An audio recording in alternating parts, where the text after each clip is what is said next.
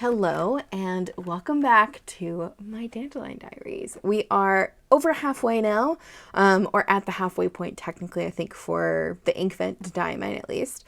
But before we open today's door, I noticed something, I guess, kind of fun for me. I'm filming this the day before. So today is Thursday, the 12th of December, and tomorrow is Friday, the 13th. So technically, today's ink, at least for this video, is Friday the 13th's ink. So I'm wondering if Diamine or maybe Colorverse picked up on that. And I'm wondering if today we're going to get like a spookier ink, maybe. Maybe we'll get a black ink today. That would be kind of cool.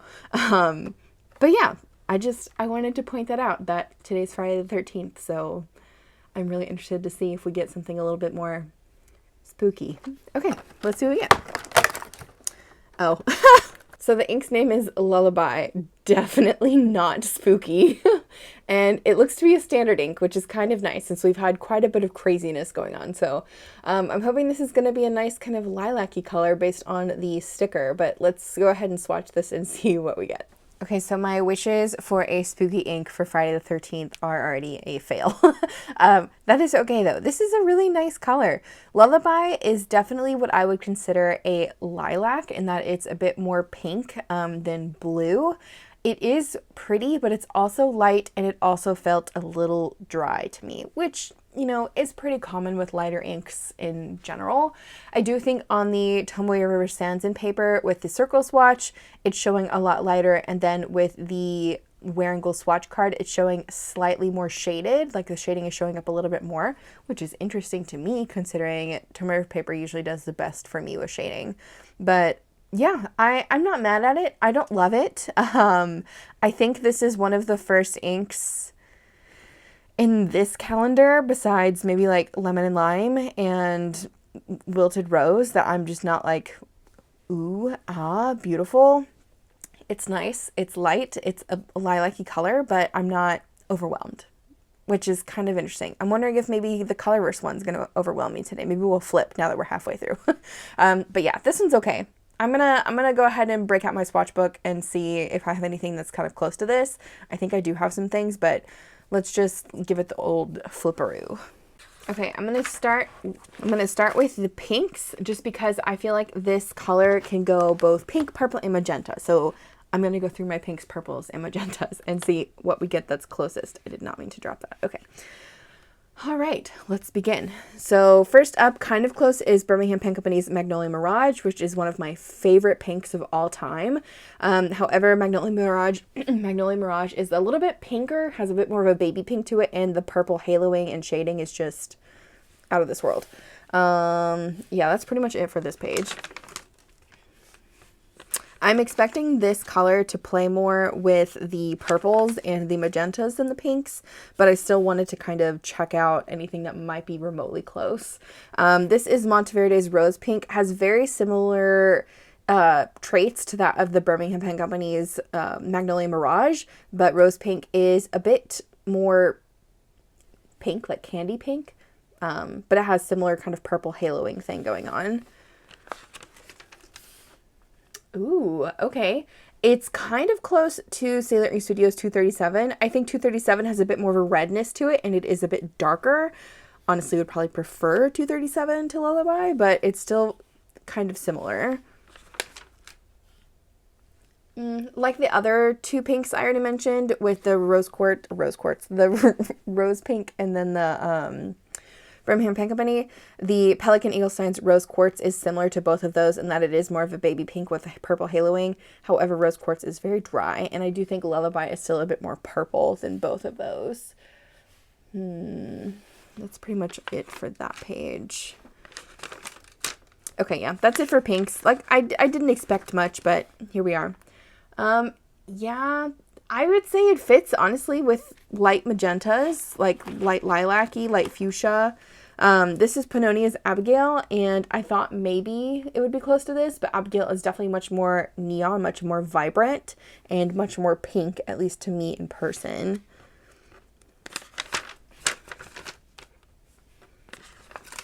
Okay, that's it for magentas. Let's see what we get in purples.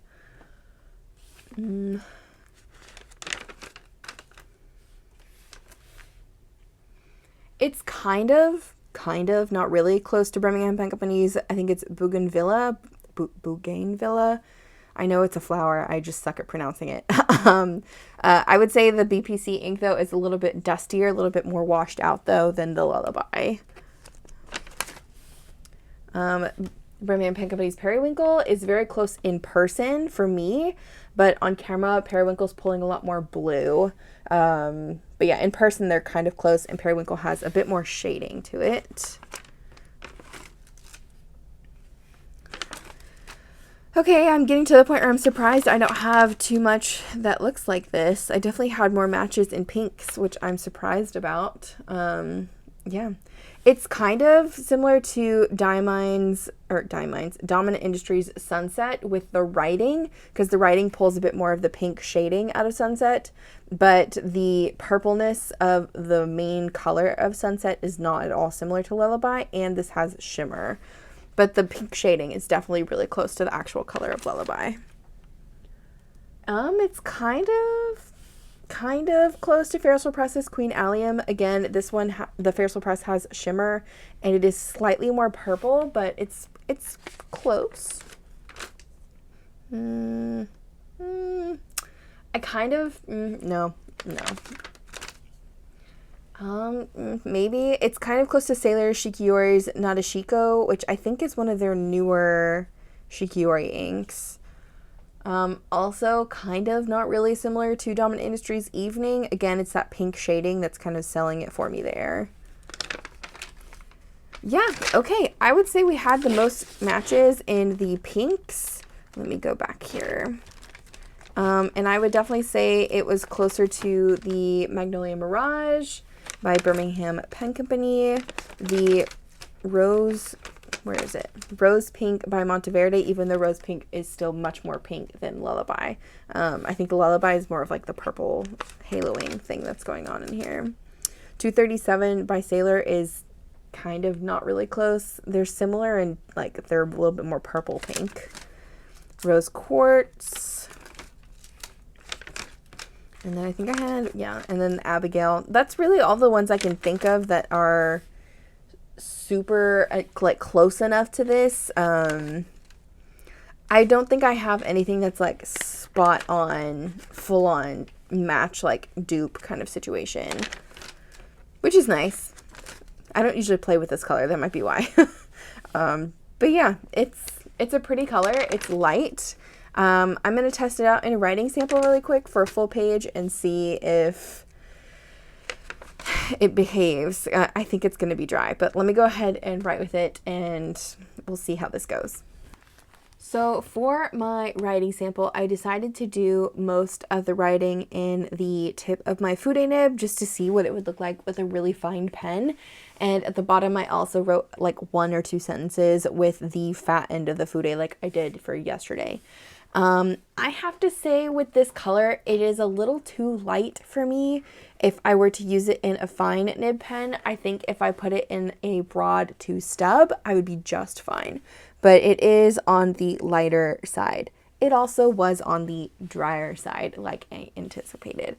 So yeah, not my favorite. It's a nice color. It's something different. I'm not in love with it. It's nice.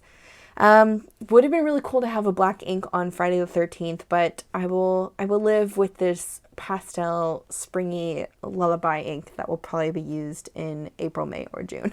Yeah, it's all right.